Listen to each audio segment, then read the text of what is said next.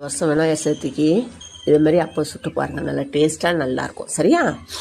Mixie ஜாரில் சரி எண்ணெயில் ஊற்றி சுட வேணான்னு இந்த கல்லை போட்டு சுட்டேன். நல்லா தான் இருந்தது. நான் சுட்டு பார்த்தா முழுசும் மிக்சி ஜாரில் கொஞ்சம் தேங்காய், ஒரு கப்பு மண்டவளம், 2 வாழைப்பழம், நல்லா கனிஞ்ச பழம் உரிச்சி போட்டு சரி ஏன் கைட்டு பசையோட மிக்சி ஜாரில் போட்டு ஒரு சுற்றிருந்தோம்னா அதில் போட்டேன்.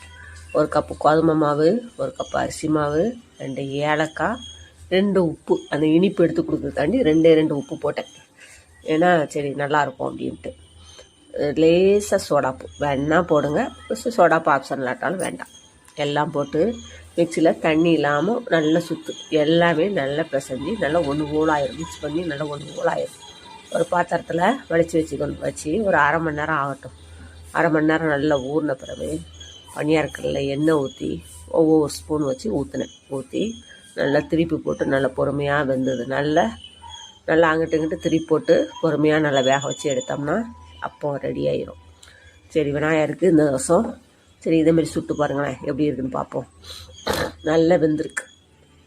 நல்லா வெந்த பிறகு தீயை ரொம்ப வச்சோம்னா கொஞ்சம் கருகுது. தீ குறைச்சி வச்சோம்னா நல்லா ஒன்று போல் சுற்றி நல்லா வெந்து மெதுவாக நிதானமாக எடுக்கலாம். நல்லா வரவும் செய்யுது, சட்டியில் ஓட்டெல்லாம் இல்லை, நல்லா வந்திருக்கு. நல்லாயிருக்கும், சாப்பிட்டு பாருங்கள்.